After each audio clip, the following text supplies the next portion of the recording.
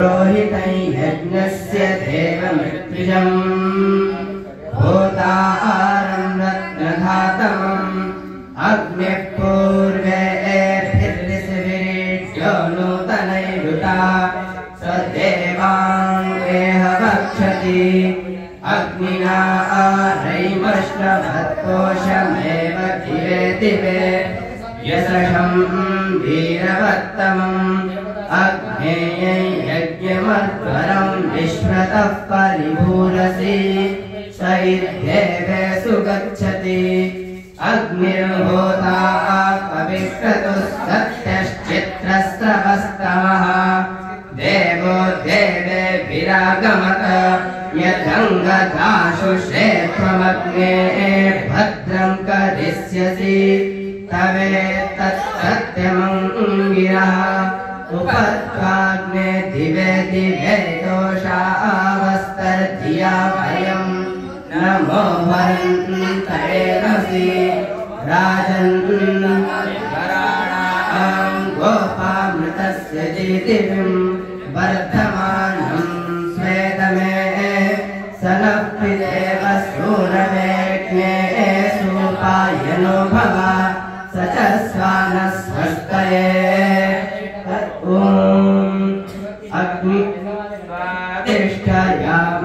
अग्निष्ठया पवस्वसो मधारया इन्द्राय पातवे सुरा रक्षोहा विश्वचरसणिरवियो निमयो हतम् दृढा सदस्तमासदत वरिभोरातमो भव मम हिष्टो वृत्रहन्तमः पर्षिरादो मघोराम् अभ्यसमहानां देवानां भीतिमन्दसा अभिवाजमुतस्रवाः त्वामच्छा आचरामसि तदिदर्थं दिवे दिवे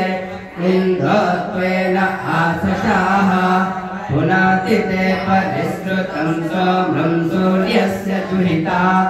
वारेण शश्वतातनाः तमीमण्डी समर्या गृह्णन्तियोषणो दशा शशाद्रत्पार्ये दिवि तमीमिन्वन्त्यग्रुबोधमन्ति वा पुरन्दृतिं त्रिधातु वारणं मधु अभीमज्ञा उत स्त्रीणन्ति तेन वश्चिषुम् सोममिन्द्राय पातवे अस्येदिन्द्रो मधेश्वा विश्वा भृत्राणि जिग्नते सूरो मगाचमं हते पवस्वदेव वीरति पवित्रं सोमरंश्या इन्द्रबिन्दो वृषा विशा आवच्यस्वमहिप्सरो रसेन्दो द्युम्नवत्तमः आयोनिं धरणसि सदः अदोक्षत प्रियं मधुधारा आसुतस्य वेदसाः अपोवसिष्ठ सुक्रतुः महान्तन्त्वा महीरन्वापो अरसन्ति सिन्धवा यद्गोभिर्वासयिष्यसे समुद्रो अप्सुमा आमृजे विष्ठम्बो धरुणो दिवः सोमः पवित्रे अस्मयुः अचिक्रदद्वृषा हरिर्महान् मित्रो न दर्शतः शंसूर्येण रोचते गिरस्त इन्ध ओचसा वर्धज्यन्ते अपस्तिवाः याभिर्मदाय संवसे तन्त्वामदाय कृष्पया उलोककृत्नुमीमहे तव प्रशस्तयो महीः अस्मद्गमिन्द्रविन्द्रयुर्मध्यपवस्वधारया पर्जन्यो वृष्टिमा इव वोसा इन्दो नृषा अस्य स्वसा वा आजसा उत आत्मा यज्ञस्य पूर्व्यः एष देवो अमर्त्यः पर्णवीर्वतीयति अभिद्रोणान्यासदम् एष देवो विपाकृतौ दिक्परांसि धावति पवमानो अदाभ्यः एष देवो विपन्निभिः पवमानरितायुभिः हरिर्वाजाय संसृज्यते ये सविश्वानि वार्यासु रोयन्यव शक्त्वभिः पवमानस्ति सासते ये स देवो रतर्यते पवमानो दसस्यते आविष्कृणोति वक्वनुम् ये सवित्रैरविष्णुतोपो देवो विगाहते दधद्रत्नानि धासुषे ये सविभङ्गिधावतिति रोरजां सिदारया पवमानकनिष्कदत ये सविभङ्ग्या सरति रोरजां सस्पृतः पवमानस्त्वद्धरः ये स प्रत्नेन जन्मना देवो देवेभ्यः स्तुतः हरिः पवित्रे अर्सति ये स पुष्पपुरवृतो जज्ञानो जनयन्निसः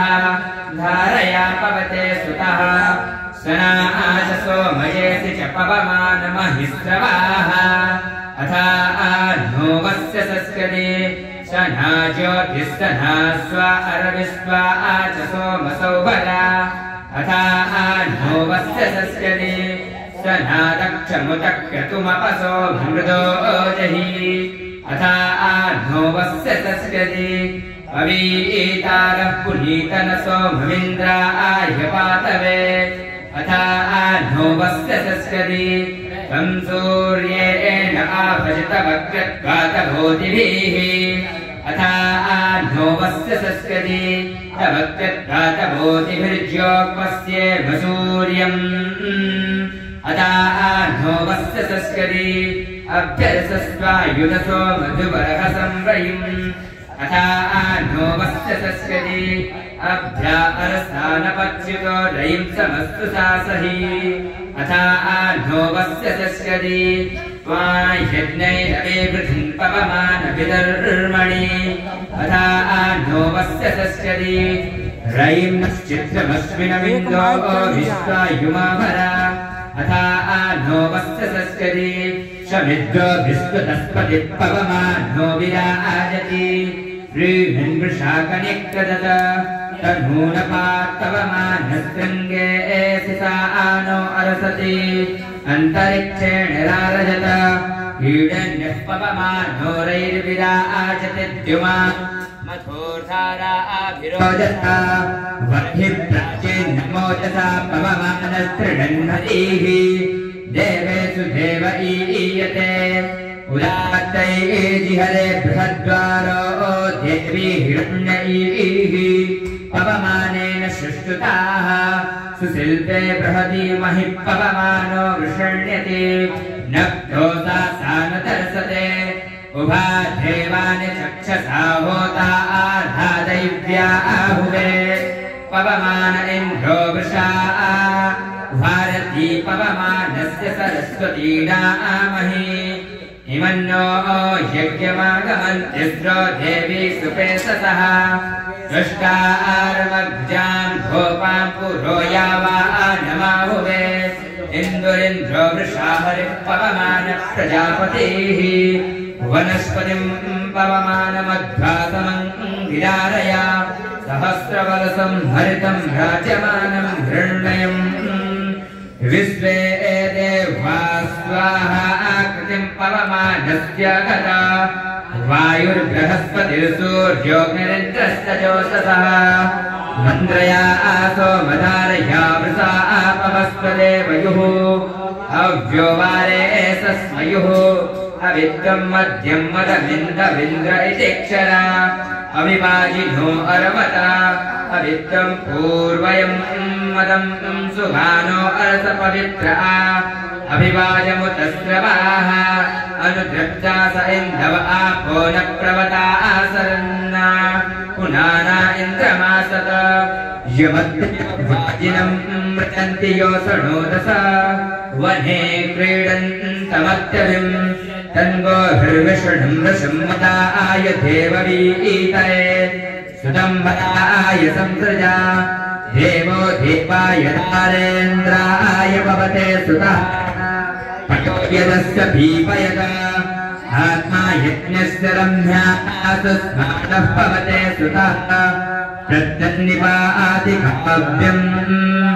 हेवा पुनः इन्द्रैर्मदिष्टभीतये गुवाजित्तति सेगिराः अस्त्रिग्रमिन्दवपथाधर्मन्यतस्य सुश्रियाः विधान अस्य योजनं प्रधानमस्वो अक्षियो महीनपो विगाहते हविर्हविस्वबन्ध्याः प्रयुजो वाचो अग्नियो वृषावचक्रधत्वने सद्मा विसत्यो अध्वरः परियत्काव्या कविन्यम्नावरसा नो रसति स्वर्वाजी सिसासति पवमानो अविस्पृतो विशोराजे एव सीदति यदि मृण्वन्ति वेदसाः अव्योवारे प्रतिप्रियो हरिर्वने सुसीदति रेवो वनुष्यते मति स वायुमिन्द्रमस्विना शाकं मदे न गच्छति रणयो अस्य धर्मभिः आमित्रावर्णाभगं मध्यपवन्त ऊर्मयाः विधाना अस्य सक्मभिः अस्मभ्यं रोदशीलयं मध्वो वाचस्य सातये स्ववसो निसंजितम् हे ते सोमः प्रियमिन्द्रस्य काममक्षरम् वर्धन्तो अस्य वीर्यम् पुनः नक्षश्च मूसदो गच्छन्तो वायुमस्विना तेन धातु सुवीर्यम् इन्द्रस्य सोमदादसे पुनः नोहादिचोदय ऋतस्य योनिवासदम् मृजन्ति त्वातसक्षिपो हिन्वन्ति सप्तधीमयाः अग्निप्रा अमादिषु देवेभ्यस्तावदायकं सृजानमति मेस्याः शङ्गोभिर्वासयामसि पुनः कलस्थे स्वावस्त्राणर्षो हरिः परिगव्यानव्यता मघोन आपवस्तनो जैविस्त्वा अपद्दिसाः इन्द्रो सखायमाविसा वृष्टिं दिवः परिस्रवाद्युं न पृथिव्याधि सहो न सोम प्रस्तुताः न चक्षसन्त्वा वयमिन्द्रवीतं स्वर्विदम् भक्षीमहि प्रजाविसम् परिप्रियादिवः कविर्वयांसि नप्योऽधितः सुभानो याति कविक्रतुः प्रक्षया आयमन्यसेचनाय जुष्टो अद्रुवे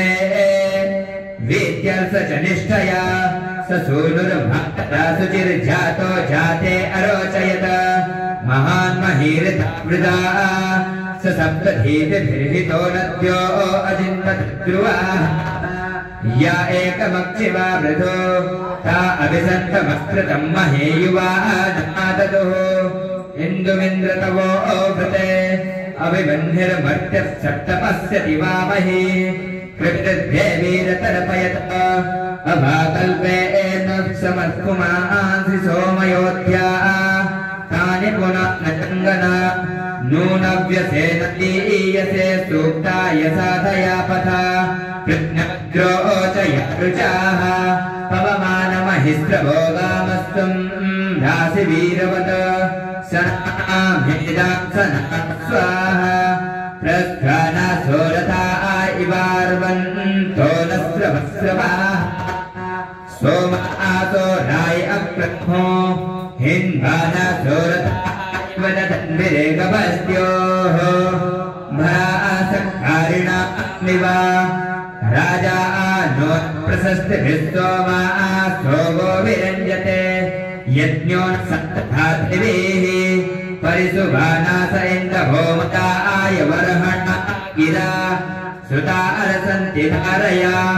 आपानसो विवस्वतो जनन्तसो भगम् सूरा अन्मन्वितन्वते अवद्वारा मथीना कृष्णवन्ति कादवाः वृष्णो हर्ष आयवाः समीचीनास आसते कोतारसत्तजाव्याः पद्मेकस्य विप्रदा न आददे चक्षुश्चित्सूर्ये सजा